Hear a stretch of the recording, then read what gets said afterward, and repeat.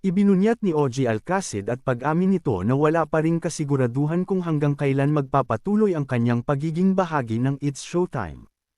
Ayon sa veteranong singer-host, malaking epekto sa industriya ng telebisyon ang mabilis na pagbabago sa paraan ng panunood ng publiko ngayon.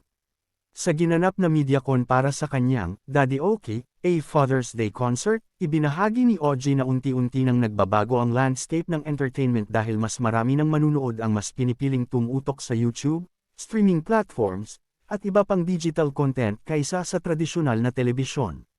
Dahil dito, aminado siyang walang sino man ang tunay na makapagsasabi kung ano ang magiging direksyon ng TV industry sa mga susunod na taon. Para kay OG, mahalagang matutong sumabay at umangkop sa mga pagbabagong dala ng modernong panahon upang manatiling konektado sa audience. Kasabay nito, tinalakay rin niya ang mga pagsubok na pinagdaanan ng ABS-CBN, na siyang tahanan ng It's Showtime. Sa kabila ng mga hamon at pagbabago sa operasyon ng network, sinabi niyang nananatiling matibay ang samahan ng mga host, staff, at production team ng programa. Binalikan din ni OG ang mahirap na yugto nang mawalan ng prangkisa ang ABS-CBN at mapilitan silang mag-adjust sa online platforms upang maipagpatuloy ang programa. Para sa kanya, malaking patunay ng tibay ng It's Showtime ang kakayahan nitong manatiling relevant at suportado ng publiko sa kabila ng lahat ng pinagdaanan.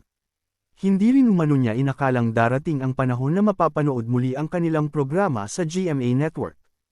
Para kay OG, malinaw itong patunay na maraming bagay ang nagiging posible kapag may tiwala, pagkakaisa, at determinasyon ng isang samahan. Sa huli, sinabi niyang nananatili siyang positibo para sa kinabukasan ng It's Showtime. Hanggat nararamdaman nila ang suporta ng madlang people at buo ang kanilang samahan bilang pamilya, patuloy silang magbibigay ng saya at inspirasyon sa